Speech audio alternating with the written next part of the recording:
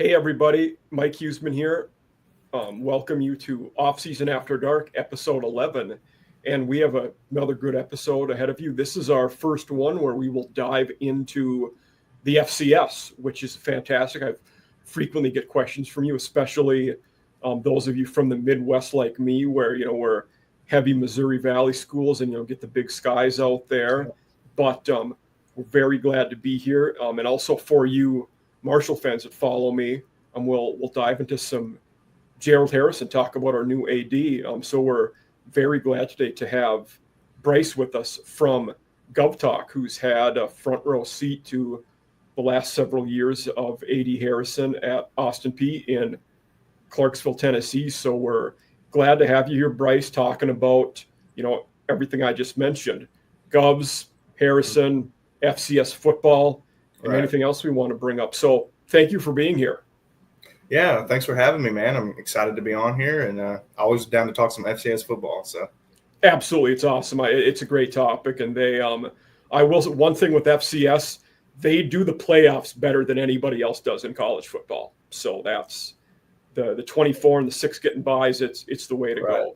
So for our audience out here, where can they find you, and how long have you been doing this? Yeah, so we've actually been doing this just a few months now, and I actually joined forces with a lot of you will be familiar, especially FCS fans. A lot of you will be familiar with the Sideline Sports Network. Yep. So the guy who runs the Sidelines account for Austin Peay, Chris, is a good buddy of mine. Me and Chris are both Clarksville natives, both graduated from Austin Peay, and I reached out to him and I said, hey, you're the biggest Austin Peay account. Let's make a podcast together and try to get more coverage, more light shine on these, Austin Peay's teams. So we came up with Gov Talk, and we've done 11 episodes so far. We kind of started because we're going to be football centric. It's going to be mostly football, but we're going to talk about other sports as well.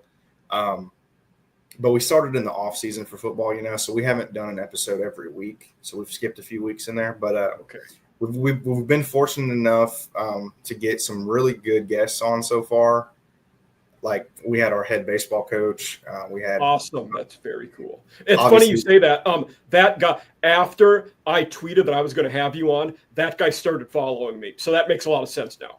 Yeah. So he's awesome. If you haven't looked into Roland Fanning, what he's done, which I know we're not really talking about baseball, but what he's done with our baseball program. Go talk about him. Yeah. Say anything you want about him. It's phenomenal. Yeah. We were kind of a perpetual, bottom feeder for several years. We could barely get 20 people to the games, and we've broken attendance records the past 2 years. The games are sold out. There's a student section at our baseball games, which is really rare for college baseball.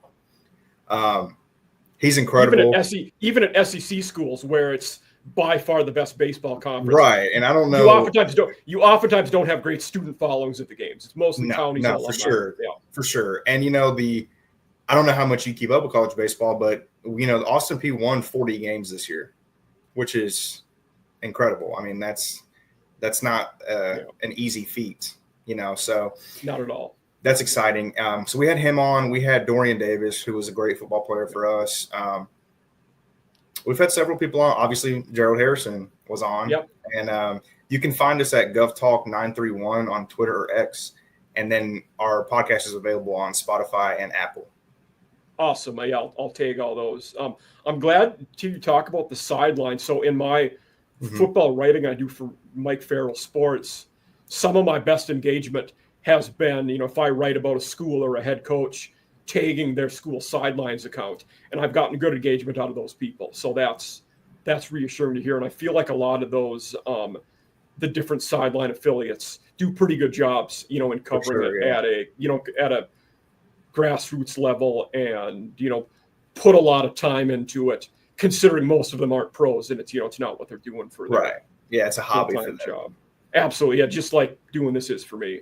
Right. So, yeah. But that's awesome. So one of the things, we don't always do this, but in looking at the universities, Austin Peay's probably the least well-known of the schools I've had, had guests on so far. So it's in Clarksville, Tennessee. It's a FCS football school.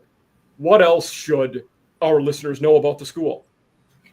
So it's a very non-traditional student base. So that's why. Let me tell you why. If you don't know, I don't know. Yep. Clarksville is also home to Fort Campbell, which is one of the largest Army bases in the country.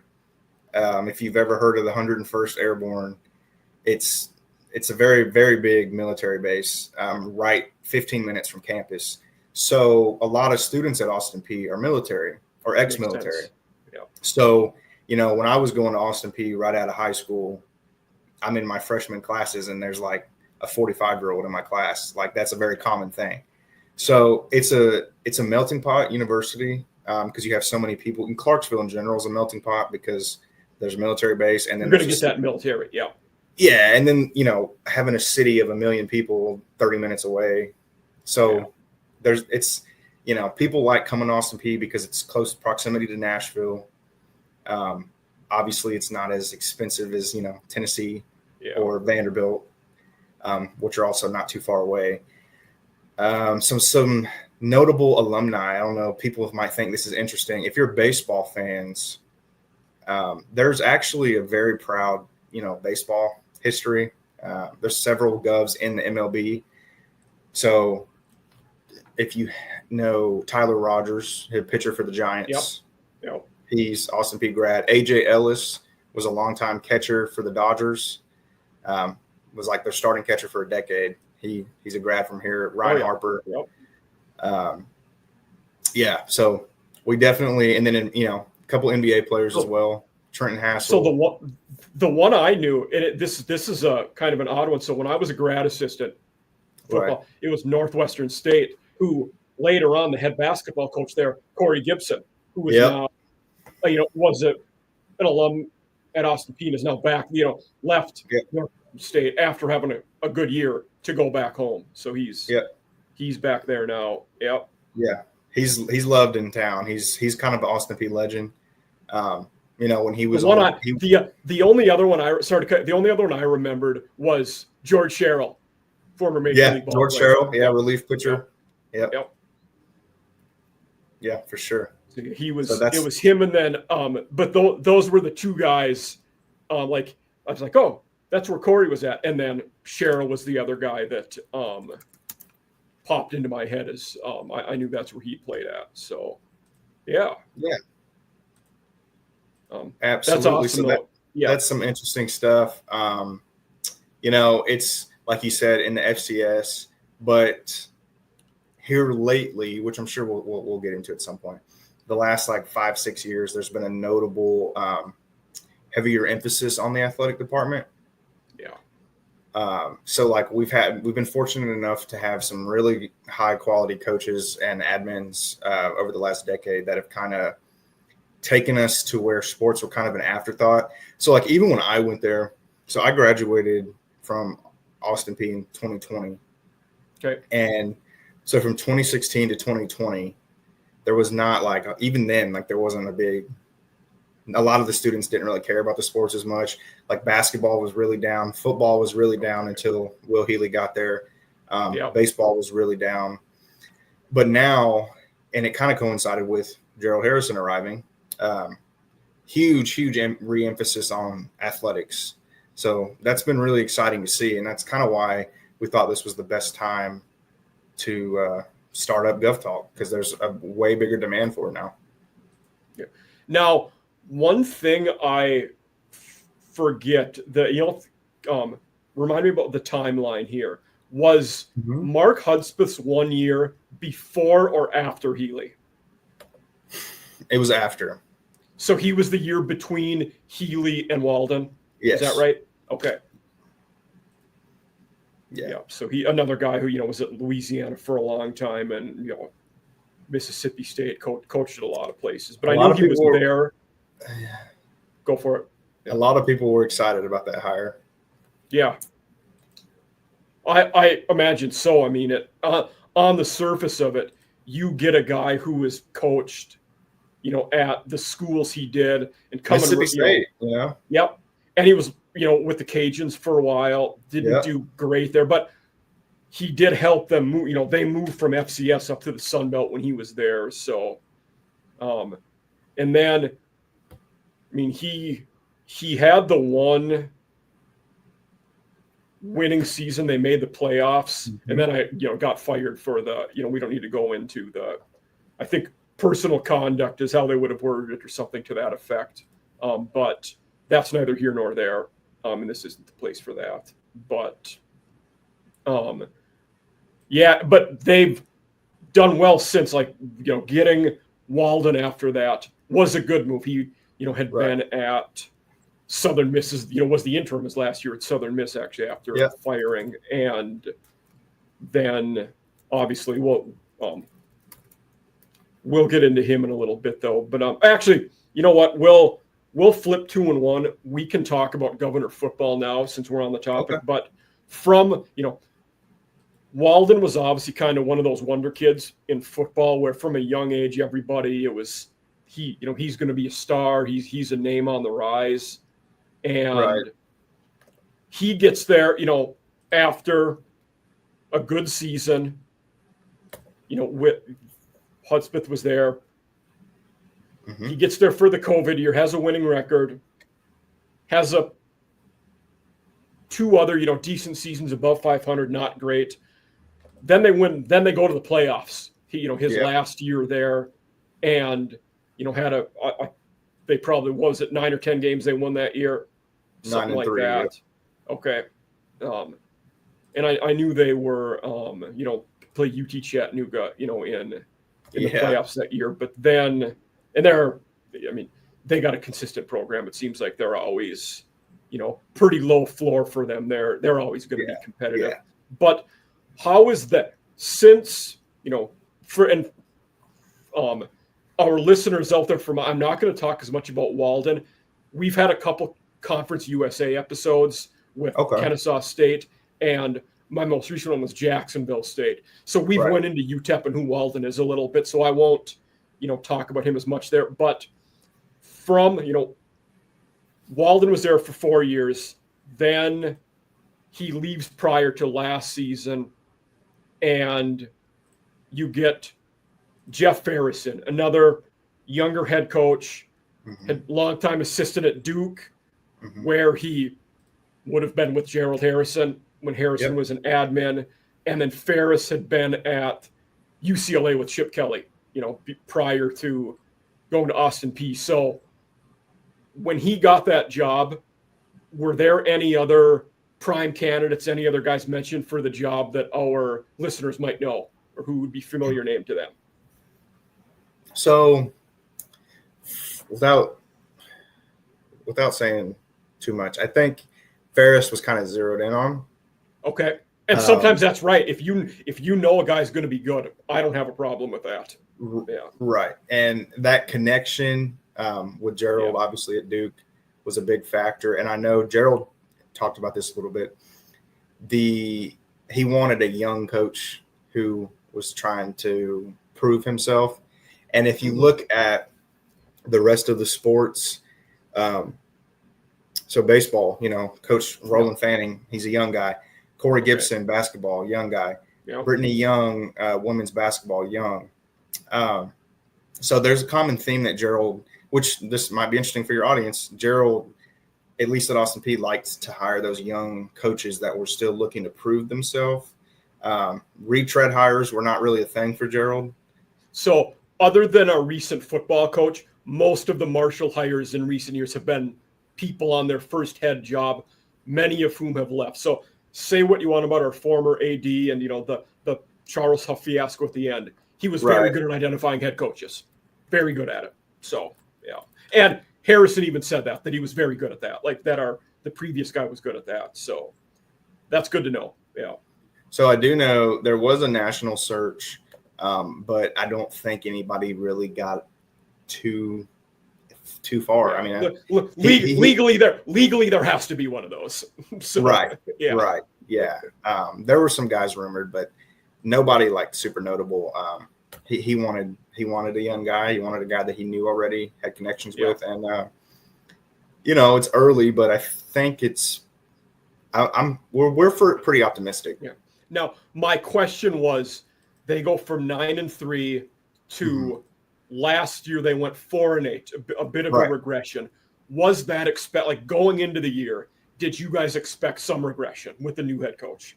So yes, okay, and that's another thing Gerald mentioned when I interviewed him is he feels like he should have told the fan base, like tempered the fan base's expectations a little bit more. Okay, because a lot of people were upset.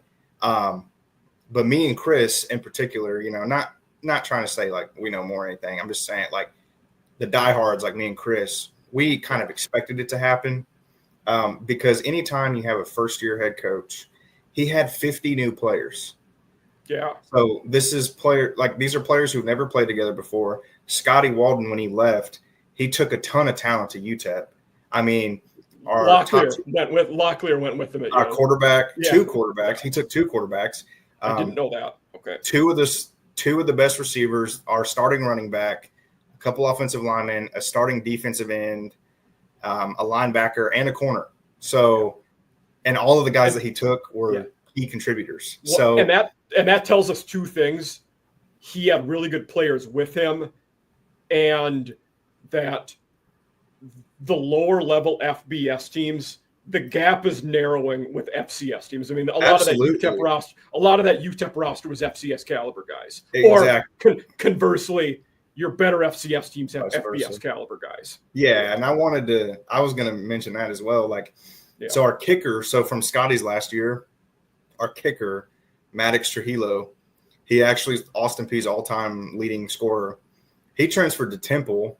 He didn't follow Scotty. He went to Temple, and he's actually on the Colts now. So he's looking to win that kicking job. Awesome. And then one of our defensive ends transferred to Kansas State and played quite a bit. So it's Scotty had talented players. And when my expectations for Jeff were not, I didn't expect us to make the playoffs in his first year. I mean, it's the first time head coach, 50 new players, never been together before. And then you factor in we play in a pretty tough conference in the FCS.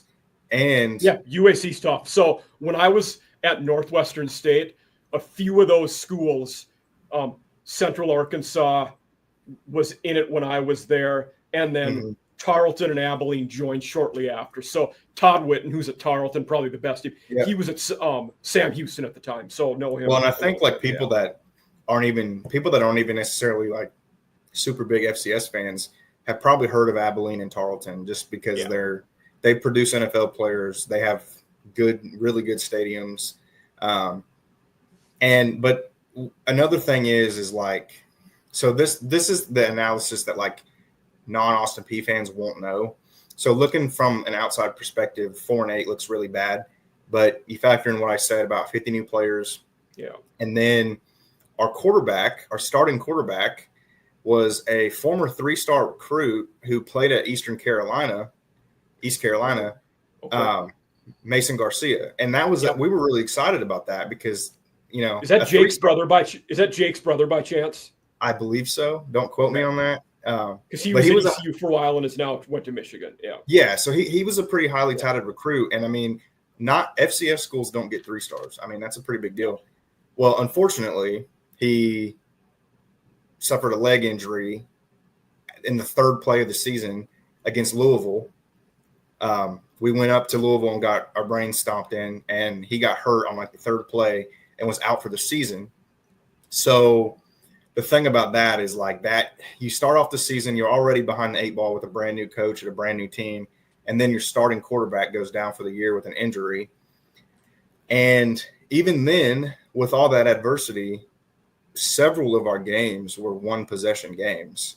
I mean, I think I was looking at the schedule. I have it up here, and West Georgia, Utah Tech, both 1-score games. Southern Utah was a 2-score game. Tarleton, 2-score game. Abilene, a 1-point game. Even the ones that weren't, even the ones that didn't end close, a lot of them we were winning in at one point. Okay. And that's the frustrating part. We had a problem we had a problem, which is what to be expected with a young team. Towards the end of games, we would get down and we wouldn't be able to come back. And, we had really bad offensive line problems. Austin Smith was the quarterback, and some people might know him. He actually started his college career at Eastern Michigan. And Eastern Michigan actually went to a bowl when he was there. So with Creighton, they have a lot, so that is not surprising. Yep. Right. So he came in and he did the best he could, but he didn't have a good line. Like I told you, our top receivers were at UTEP. Yeah. So it could have easily been a 6-6 season, easily. I mean, the Southern Utah game, I was at all the home games. Southern Utah we gave away. Eastern Kentucky we gave away. It could have easily been a better season, but I don't think anybody's like he's not on the hot – Ferris is not on the hot seat by any means. Like it's not like nobody was, burning down the stadium. And the two I looked at, the three top teams in the conference last year, Tarleton, Abilene, and EKU, you guys you had battles with all three of them. They were all tough games. I mean, if even one of those goes the opposite way, you're talking about a different, because then you look, 5-7, that's not as bad. We're 4-8. Like I'm glad you gave us that context for, what. So it was a positive. It was a positive 4-8. We didn't get blown off the ball every game or anything. That's good. No, and that's the mindset you talked about last year. That's where I am with Marshall people now. Like a lot of the homers, lifers, diehards, whatever you want to call it. We're gonna win the division again. Be great. Gibson's gonna pick up where we left off. How many teams lose that much of the roster and pick up where they left off? It's just extremely unlikely to happen. I think there has to be. We won the Sun Belt last year. It's probably the best G5 conference, and we won it. Expecting that to happen again with a whole new roster is extremely unlikely. As much as I hope it happens, you'd be foolish to put money on it in Vegas, is how I would word it. Yeah. Understandable. So for me, I will be honest, the goal for me, and who knows if it happens or not, in year one of the new coach with the second most incoming transfers of any FBS team, if we win 6 and go to a bowl, game, wow, the most is Southern Miss, where a lot of our old team went. That's the two go together. But if we win 6 and go to a bowl game, that's a successful year one for Gibson. Absolutely. Yeah, absolutely. So let me ask you this. So if this is okay, I have a question. Is ask away. For Marshall, I'm not like – I love the lower level of college football. Like I love like the Sun Belt and the CUSA and stuff. I think it's really interesting. I love me some action. What is considered like in a typical season? So like I'm also a Tennessee Vols fan naturally. Yep. And anything less than like 10 wins and it's like the end of the world. What is a normal Marshall expectation? Like, are you guys I know this year's different. Are you guys expecting? I've only been here 2 years, so tougher for me to answer. But okay, well, I'm just wondering. Finish your question. Yeah. Do you get? I guess because Gerald's there now, so I have a vested interest. Like, are you guys expecting to make the tournament in March Madness? Are you guys expecting to make a bowl every year? Like, are you guys? I can't answer. I do think making a bowl would be my, what I would expect every year. I think a lot of the diehards and the old timers, they even expect more but it's inflated because they were around in the late 90s when we were winning FCS national titles. They expect, that double-digit wins. That's unrealistic to me, but I think some of the old timers, and not even that county, but I think they expect that, which is too much. I would say go to a bowl game, and I would say that for in the new landscape of how important finances are in NIL, right? Going to a bowl game has to be the goal of a G5 team. That's how you fund everything. Right. So for me, that is the goal. And I do think for Marshall, being historically one of the top 4 or 5 teams in the Sun Belt, and then CUSA before that, I think it's realistic to have going to a bowl game as the expectation. Sorry. Now, basketball coach, that is an interesting one. recently gave an extension to Cornelius Jackson, who is in fact, played at Tennessee, then transferred to Marshall to finish his career. But he had been a Marshall assistant for a number of years. Then last year was his first year as head coach. Before him, the head coach and the guy who he played for had been Dan D'Antoni, whose brother Mike is longtime NBA coach. Yeah. So Dan had been very successful head coach in South Carolina, then was Mike's assistant in the NBA, then got the head job at Marshall, where he was for probably around a dozen years or so. I think 13, 14 or so, around then was his first year at Marshall, and then retired before this previous winter. Interesting. But basketball had been okay under Dan. They had, his career record was well above 500, made the tournament once. They got to the second round of the tournament that year, made the NIT a couple times. I do think he left it in a decent situation. And with Jackson now doing all right in year one, I think expectations are raising in basketball, where we're at that level of we can't keep doing, what we've been doing is not acceptable anymore. We got to take it a step up, I think, is the mindset of a lot of people in basketball. So that's a good question. Yeah. And women's basketball has been very good. So 2 years ago, my first year here, Kim Caldwell was our head coach, who now has the job. Yeah. So she's great. Yeah, one year here was great. She'd won D2 national titles, came here for 1 year, won the conference, and went to Tennessee. So there's a reason I ask you that, which we'll get to later. Yeah.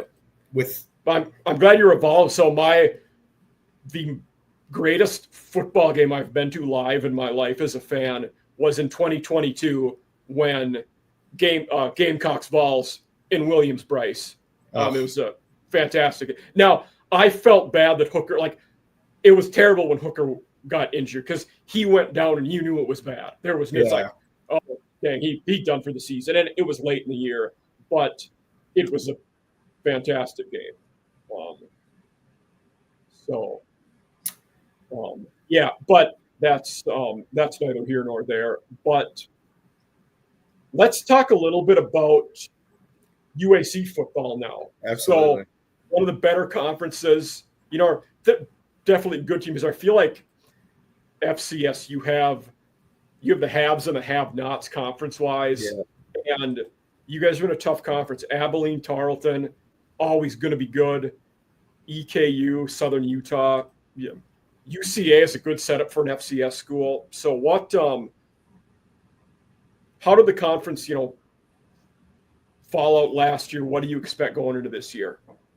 So if you look at in the preseason coaches poll, the top isn't surprising. I mean, so Tarleton had the most first place votes, which, Yeah, I did see that. Yeah. And then Abilene, EKU, Southern Utah, UCA, and Austin Peay comes in at sixth. Now, obviously, I'm not the most objective. I do think Austin Peay is a little too low, based off of – and the funny thing is if you look at the preseason coaches poll, it's almost like they just took the standings from last year. And I looked at I did compare the two, so that was interesting. Yeah. I do think a lot of it is obviously, we haven't really seen what Ferris can do yet. First season didn't go great, like I said. So I understand, you got to see it to believe it. Tarleton has the best quarterback in the conference. They have probably the most resources in the conference. Tarleton and Abilene are the clear, in my opinion, those are the top two, and then there's a pretty sizable gap. Yeah. And then I think 3, 4, 5, 6 could be any kind of way you wanted to do it. I would not have a huge problem with. I would probably go Central Arkansas 3, EKU or Austin Peay 4, 5, and then Southern Utah 6. That's how I would probably Southern Utah's the one I know the least about. So I'm very unfamiliar with them, I will say that. So they're we had a tough game with them last year. They're relatively a newer program compared to some of Yeah. the other schools. I think, but the top 6, so I said, the top 2, there's a pretty good gap.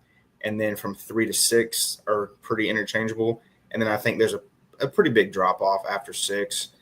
West Georgia and Utah Tech were awful last year. Yeah. Aren't they both pretty new to weren't they D2 relative recently? Yep. So they, they just had the move up not too long ago, and West Georgia doesn't have as nearly. There's a kind of a resource drop off as well. Okay. I don't know if they have the NIL and the facilities that I know they don't actually. I know they don't have the resources the rest of the conference does. So there's a muddled middle and a clear 1 and 2 at top, and I think anybody being objective, if anybody other than Tarleton or Abilene winning the conference would be a shock. Just because of those resources, they always get players, and being in Texas obviously helps. I mean, that's where most of the recruits are going to come from. So, and there too, it's sorry to cut you off a bit. As much like you talk about the resource allocation, they're relatively new to FCS. They also might not be long for FCS because they could be FCS. CUSA, the New Look Mountain West. Those are schools they could be getting looked at, and we've heard them mentioned for some of. Well, you look at the Sam Houston State, go that path, Kennesaw State. If Sam Houston and Kennesaw can do it, I don't know why Tarleton or Abilene couldn't. They also have sizable fan bases. Not to pick on the MAC schools, but I think a game day at Tarleton is probably more dynamic than a game day at Kent State. I mean, they're playing on a Wednesday night. It should be. But I don't know. Yeah. I wanted to tell you. I know what you're saying. Yeah. Something I'm kind of excited about. If you keep up with transfer portal stuff at all. I do. So Austin Peay, and I want to find it so I know exactly.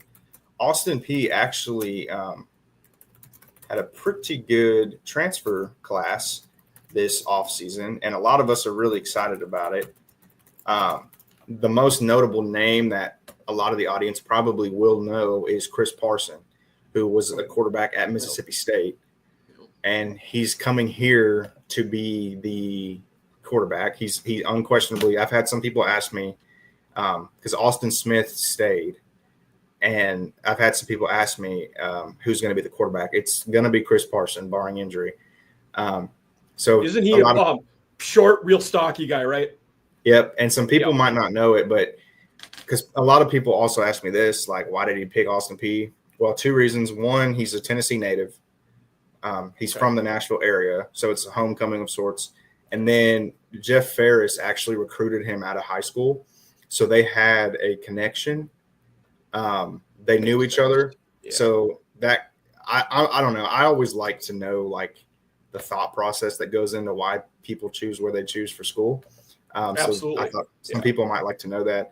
But yeah, I just wanted to say, like, if you look at 24/7 sports transfer rankings, Austin Peay is like one of the top FCS schools in terms of transfer. Awesome. Yeah. The only, and even it might be the top actually. The only school, there's even some FBS schools that Austin Peay has a better rated transfer class than, such as Buffalo, Missouri State. I mean, I know this is FCS, but Austin Peay has a better transfer class than Montana State, Delaware, North Alabama, Furman. So there's a lot of historically pretty solid programs that Austin Peay is beating in the transfer portal. Yeah, you just mentioned a lot of teams that are perennial FCS playoff teams and winning games there. And that doesn't always translate to success. I mean, you look at Ole Miss, like Lane Kiffin has dominated the transfer portal, and it hasn't really led to much, but it's still exciting. And if you would talk to, like you said, Montana, you mentioned Montana State, the Dakota schools, they would say, we're bad in the transfer portal because we don't need to be. We're developing culture in the recruits we have and not losing those guys. And it's what they're saying has merit because the proof is in the pudding. Yeah. But like, if you look at it, so we have, I don't know if we have some names that, people would know. I mean, in the transfer portal just this offseason, I already mentioned Chris Parson. You have a 3-star wide receiver from Texas State, Shamar Kirk, a 3-star wide receiver from Kennesaw State, Jaden Robinson, You have a 3-star linebacker from Kansas State. You have a tight end from North Carolina, offensive lineman from Purdue, safety Khalil Tate from Iowa. Like this is people from like tops, some top FBS schools coming to Austin Peay. I honestly didn't realize that's where Khalil Tate ended up. Yeah. Yeah, I mean, AJ Sandifer from Western Kentucky, right down the road. Jalen Williams from Boston College. How far is Western Kentucky? How far is Owensboro from you guys? So Western's actually in Bowling Green. That's Bowling Green. Okay. Yep. Yeah. So Western's actually in Bowling Green, and it is just a little over an hour. And how far is Middle Tennessee from you guys? Middle Tennessee is in Murfreesboro. It's about an hour and a half.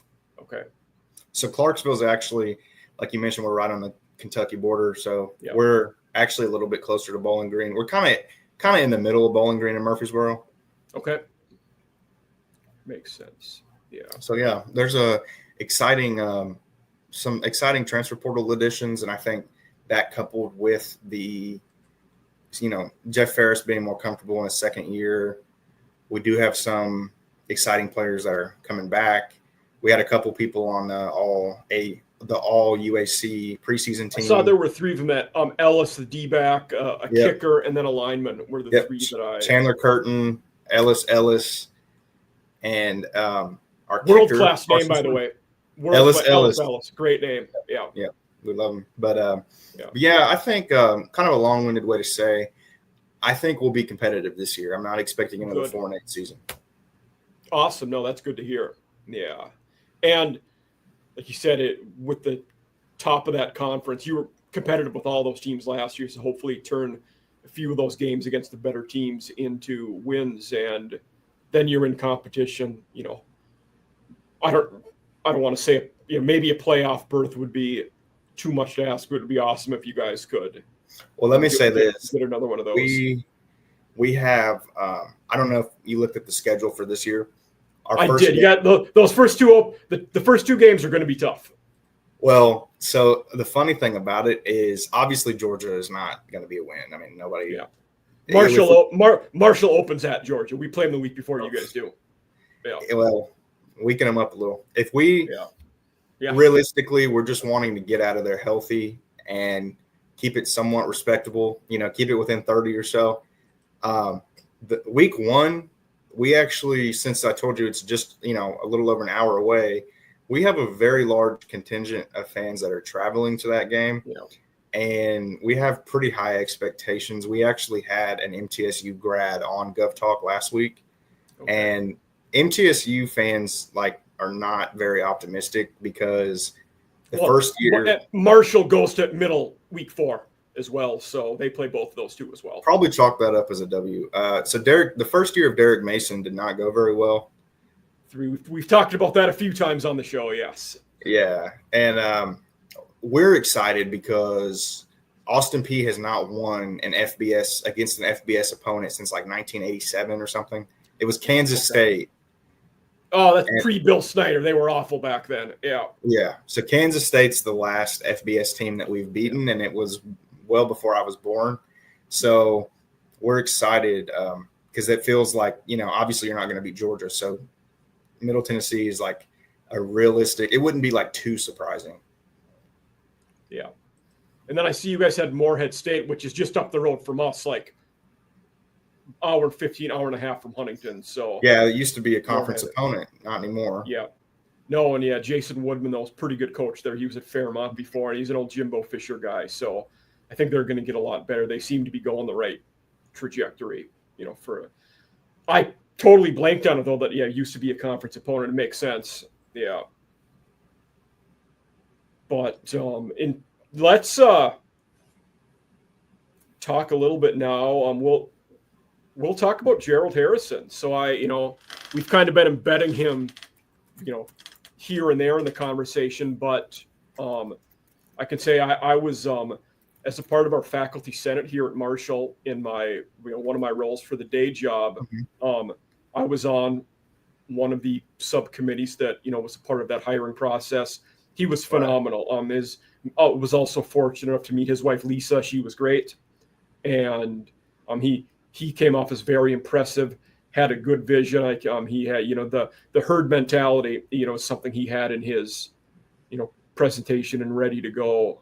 But came off as very personable, had a plan, professional, able to communicate and interact with all kinds of people, and make you feel like you're the center of attention and focus on what people want to hear. And I in a good way, I mean that. So what can Marshall and the Thundering Herd Nation expect from Gerald Harrison? So what you can expect is transparency. So that's a very big thing. He loves to talk, and in a good way, in an endearing way. He's not going to sugarcoat things. He's going to give you. He's a great interview. So if you get the chance, he's a great person to talk to. Okay. He's a straight shooter. He's going to obviously, Marshall is a storied program, storied university. There's gonna be an emphasis on football, obviously, but he is not going to forget about the other sports. He is a great fundraiser. He's great at getting the community involved. And this is a community that wants to be involved in Huntington, so that's good to know. Well, and that's the thing.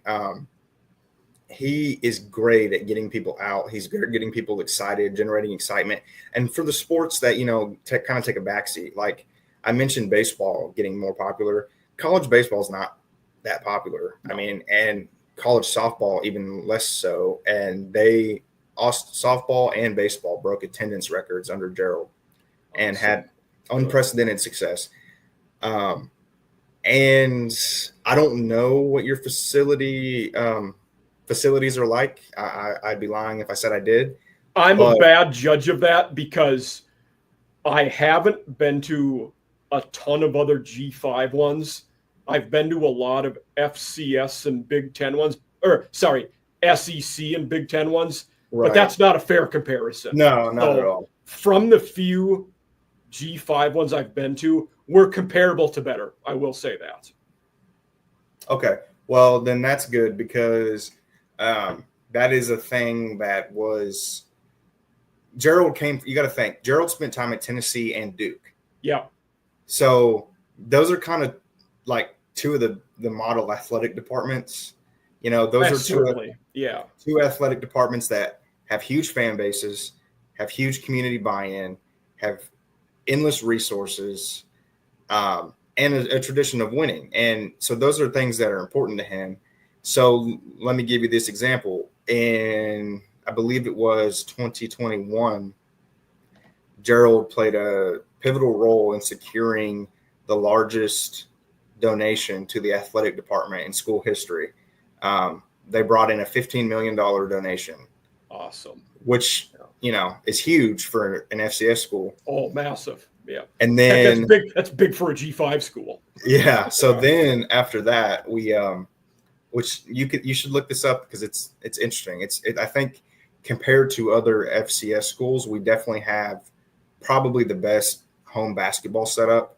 So up until a couple seasons ago, the Govs played at the Dunn Center on campus, and it's a very old, outdated building.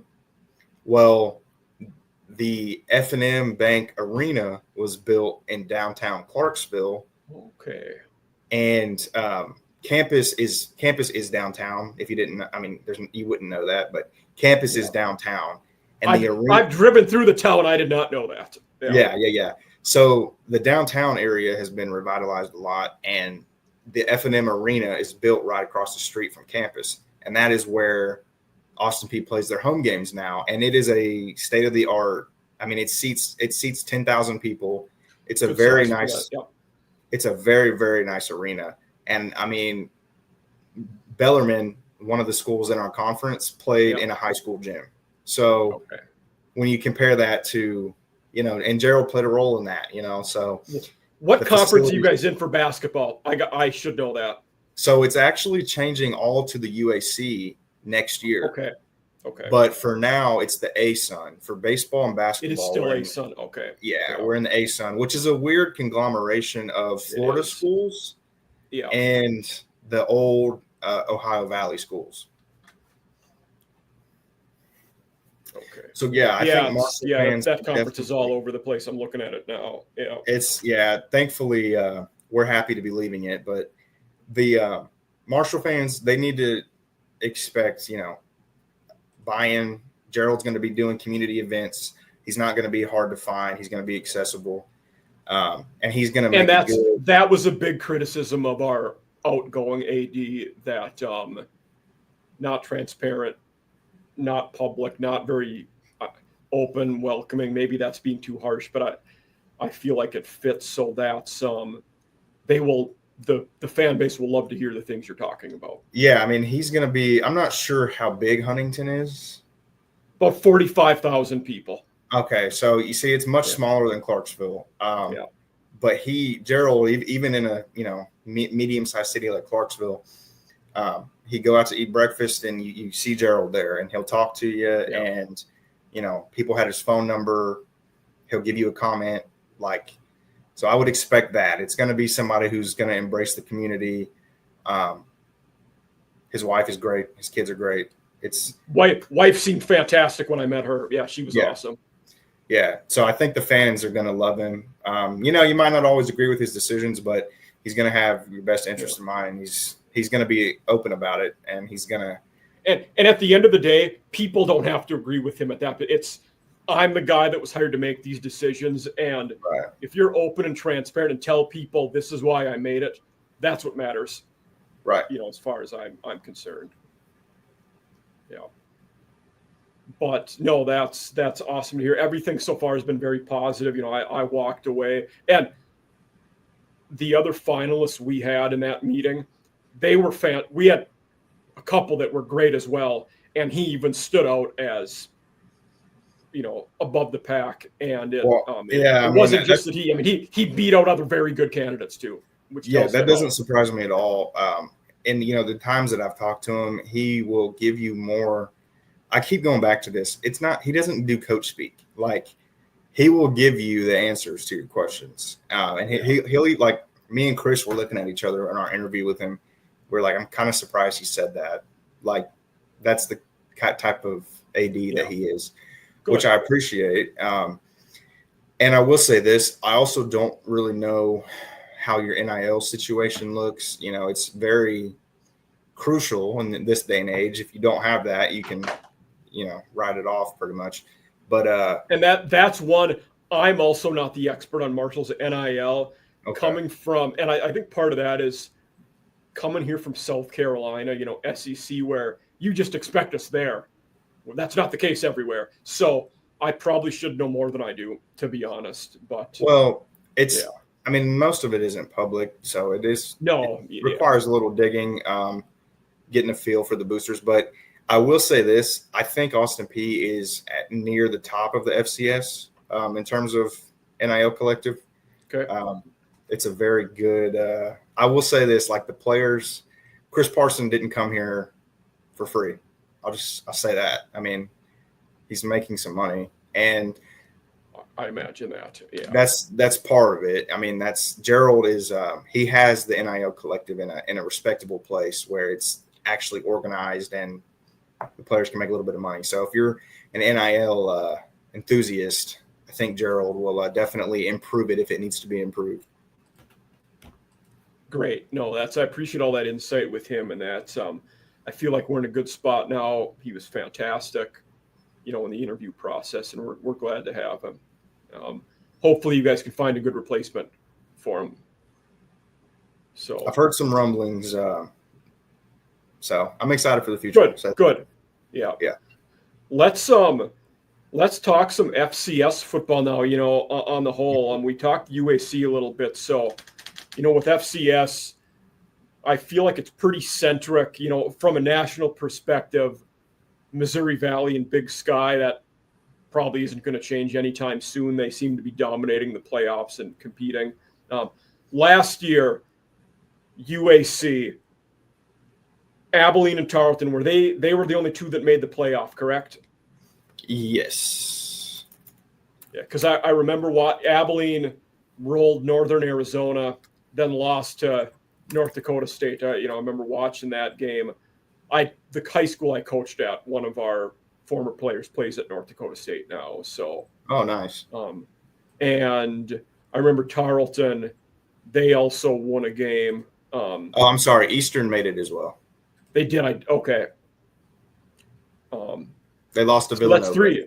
Okay. Yeah. Villanova was another team that's always competitive. So 2 of your conference teams got a first round win, and then Eastern fell in a 1-possession game in the opener to Villanova. So yep.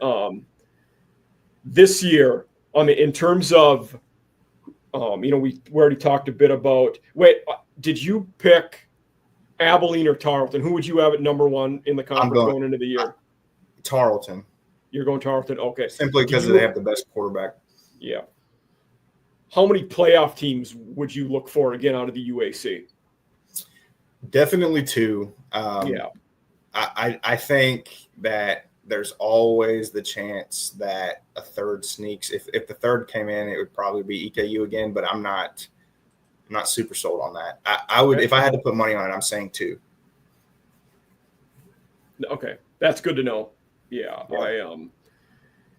If we're looking nationwide, FCS has kind of become the known teams, and it's been a lot of the same Final Four, teams making the Final 8. We have the Dakotas, North Dakota State, South Dakota, Montana State, Villanova, you had mentioned, has been consistently good. UC Davis has been competitive. Incarnate Word has been good. Do you have any lesser known teams outside the norm nationwide who you think could compete this year?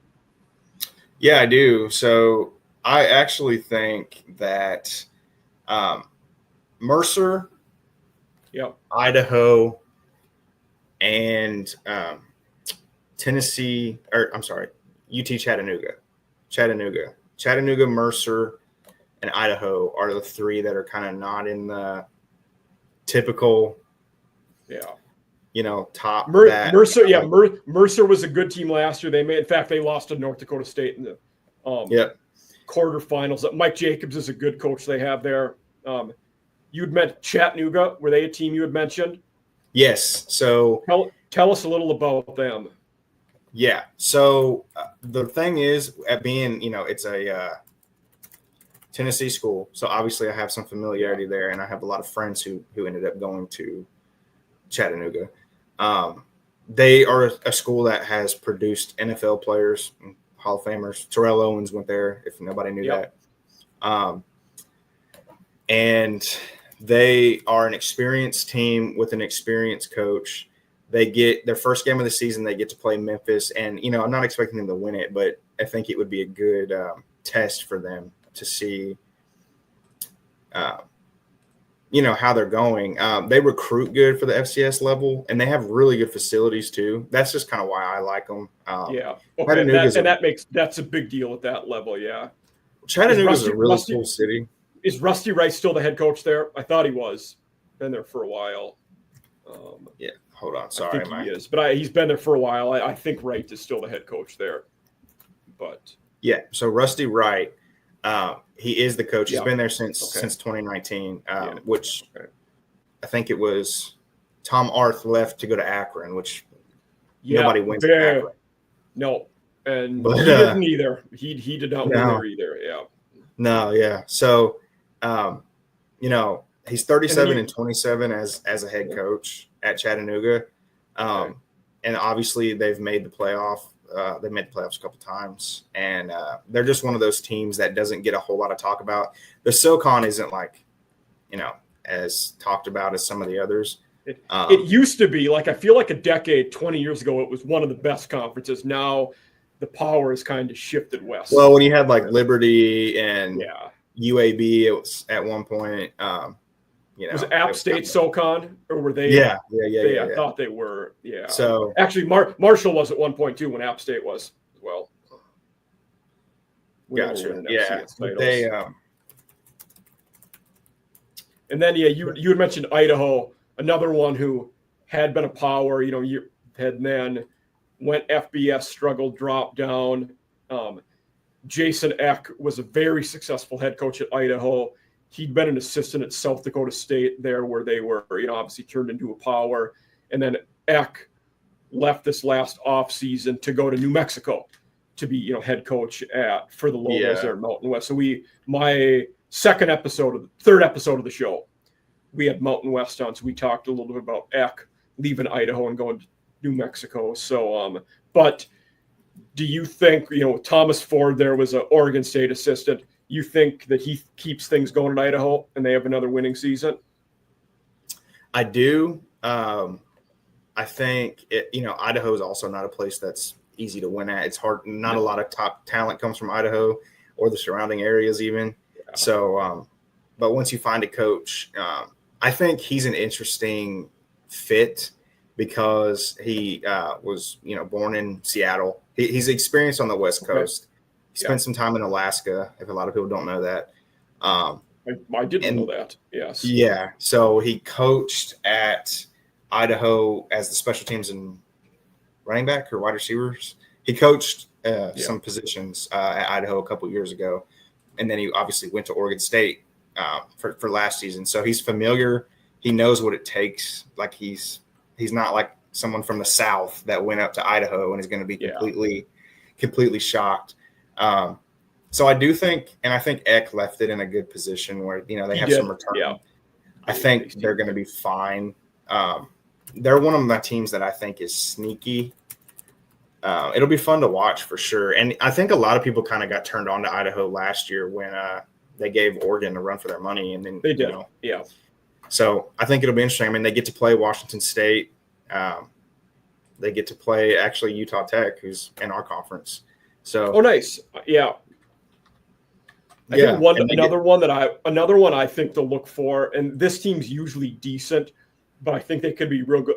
Richmond is always pretty good. Yes. I think they could be solid this year. They look to be in a good spot. And then one of them, an FCS team we've heard a lot of buzz around this offseason, who I'm very curious to watch, is Sacramento State, with bringing Marion in from UNLV as the head coach. Jaden Machado will be the QB. They have a ton of FBS portal guys at Sac State. So I think Sac State is a team to watch for. I've heard rumblings that Sac State has the most NIL money of any FCS school. It wouldn't shock me. Yeah. So that is interesting. I do think that one more thing I wanted to say about Idaho, though. I think please do. I think it's pretty cool that they have been able to get several transfers from the West Coast, from FBS schools on the West Coast. Yeah. Josh Wood, Fresno State quarterback, Nathan Pritchard, offensive lineman from Washington State. I mean, Kai Richardson, Oregon State linebacker. They got Lanyata Alexander from Montana State, wide receiver. Like, he got playmakers from all over the West Coast to be on his first team. So Idaho's just they're just a cool, interesting program for me. The Kibbe Dome's a super interesting, it's weird. The Kibbe Dome. And then, the fact that they were FBS, they did the opposite. Yeah. They went from FBS to FCS, which, so they're always an interesting one to me. And then, that's, I really, really do think that Tarleton is good enough to be like a Final Four team. Okay, I mean, that's impressive if you're talking going that far, because to make the Final Four now, you're going to have to beat at least one or two well-established, top-notch whale programs to get there, and you got to be good to do that. So and especially that kind of year. I mean, that conference, you're going to have 4 or 5 ranked teams in that conference too. So not many weeks off in the Big West. Did we mention Stephen F. Austin? We did not, but they when I was at Northwestern State, they were the rivals. We played for the Chief Trophy every year. I'm proud to say I won it my last year there. Nice. So Stephen F. Austin is an interesting one as well. So they actually got a Tennessee quarterback in the transfer portal, Ryan Dameron. So he'll be able to compete at quarterback, and they also have. If NFL fans out there, if you remember John Kitna, JT Kitna from Bowling Green actually transferred Oh, to Stephen. okay, yeah. Brother Austin will as be well. at UAB. Yeah. But yes, Stephen F. Austin, Colby Cartel's a very good head coach. He'd been successful he was at Texas A&M Commerce, which is now Texas A&M, but they were D2 when he was there, and then now, but he took over a bad SFA situation, and they were a winning team last year. So just being that they were Northwestern State's rivals, I keep up on them, and yeah, it's another school that is fortunate enough to be in a talent-rich Texas, and they have a pretty good support base too. So certainly, yeah.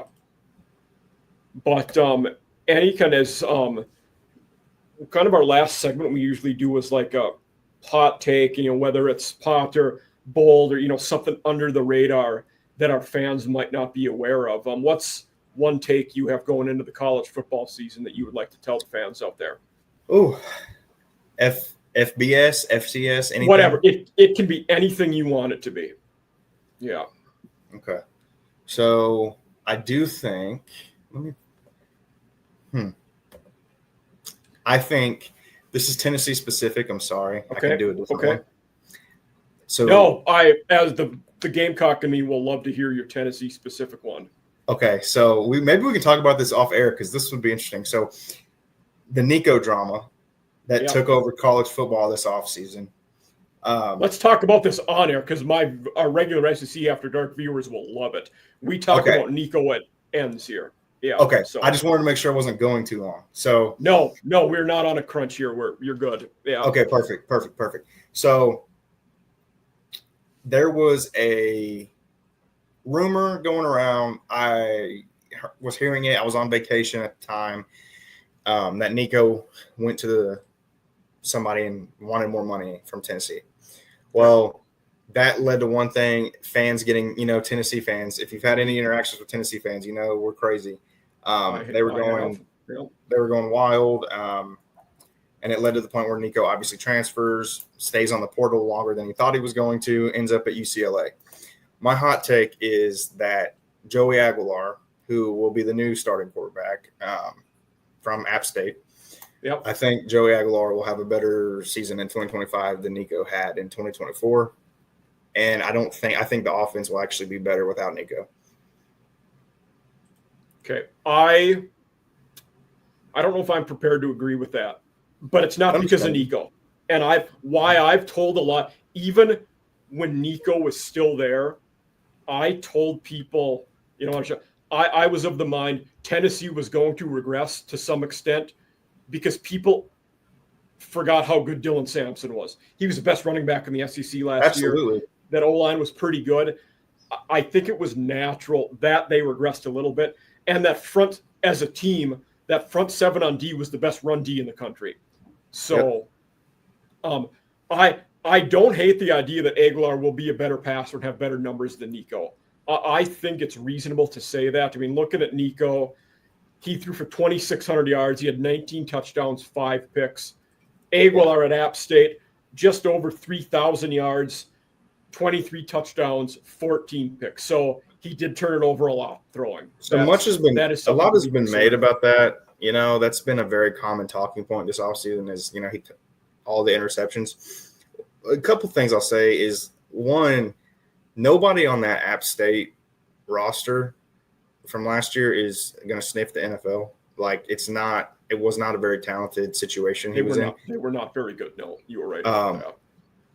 I think being with, an above average SEC head coach and Josh Heupel, you have multiple fantastic schemer. Yeah, fantastic schemer. Yeah. He schemes guys open. You have multiple 5-star wide receivers. You still have a good offensive line.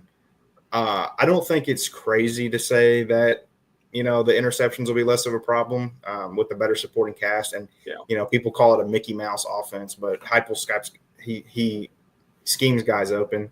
Yeah, I wouldn't say that. I would not classify it as that. So it'll be interesting to see. And I do want to clarify. I don't necessarily think that Tennessee as a whole will be better this year. I'm not saying that. I'm not expecting the playoff necessarily, but but I do think the defense will take. I mean, anytime you lose a first round pick, I mean, that's James Pierce going to the NFL. That's huge. Omar Norman Lott going to the NFL is huge.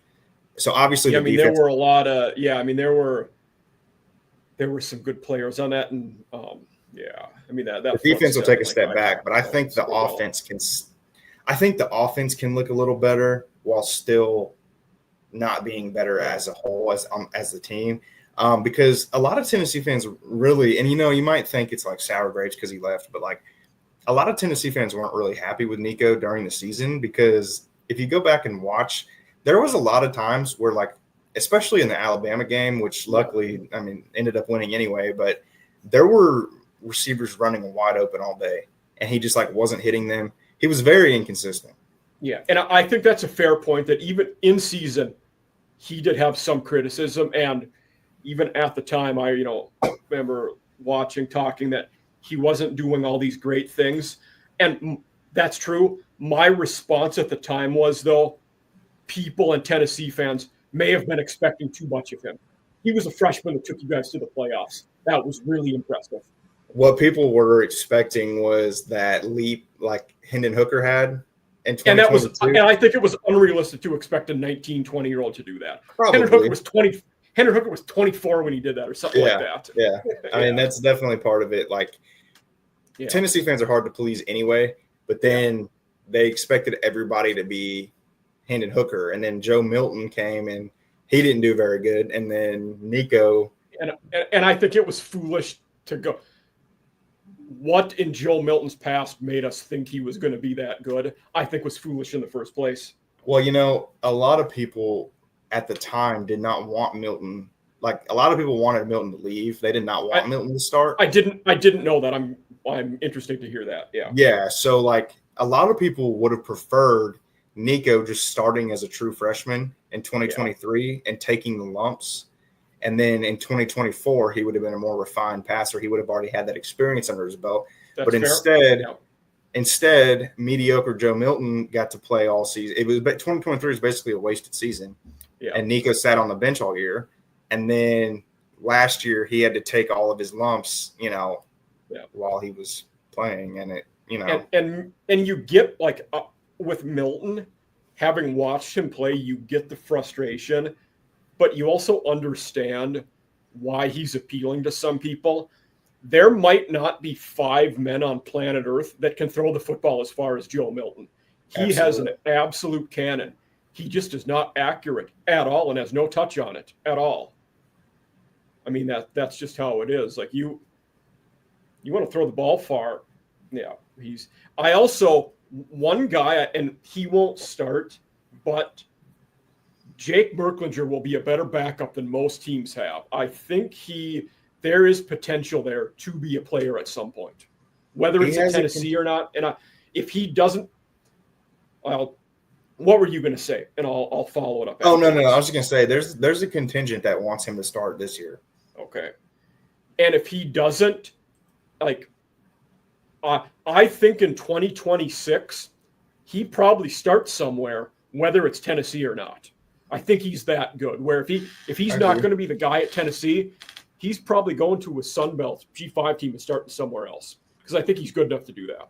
It's kind of like an embarrassment of riches, because you have – I don't know how much you know about Tennessee's pipeline, but you have George McIntyre, who's a top recruit at quarterback, Nashville native. So he's a true freshman this year. And then in 2026, you have Faison Brandon, who's the top quarterback. I was going to say, why is he even at Tennessee this year? He's never going to be the guy. Yeah, the guy that's the true freshman there. Yeah. It's kind of what Brandon sounds like the dude from everything we've heard. It sounds like he is future stud. I mean, I think after obviously Aguilar's done after this year, but I think 2 more guys are transferring after this year probably. Yeah. And it'll be interesting if Brandon comes in expecting to play as a true freshman, because then that probably pushes Merklinger out. You get a Bryce Underwood situation in Michigan this year where you might have a year of regression while he's the true freshman starter, But Tennessee fans aren't going to want to hear that. They're not going to want to hear, oh, we're going to take our lumps this year with this guy. But then in next year, 28, we'll be pretty good. They don't want that. But who knows what will happen. But it sounds like, and with Brandon, I've not watched full games of any high school guy. I have seen his highlight reel. He looks good. I mean, he looks like a dude. I'll say that. For sure. Yeah, but I like your hot take of they'll be better on offense and Aguilar might be a better passer. I think that's and Nico himself would have probably gotten better as a passer this year too. And we'll see how he's at UCLA. But I do like that hot take. That's a great one. Bryce here from Gov Talk. Glad to have you here. Again, audience, I'll tag all of his socials and where you can find him on our retweets. And thank you for being here, Bryce. It was an awesome episode, and appreciate everything you do. And we'll be in touch. Thank you. Awesome. Thanks again for having me. Yeah, I'm invested in Marshall now, so I'm sure we'll be talking again. Well, great to have you. That's awesome. Yeah. So have a good night, everybody.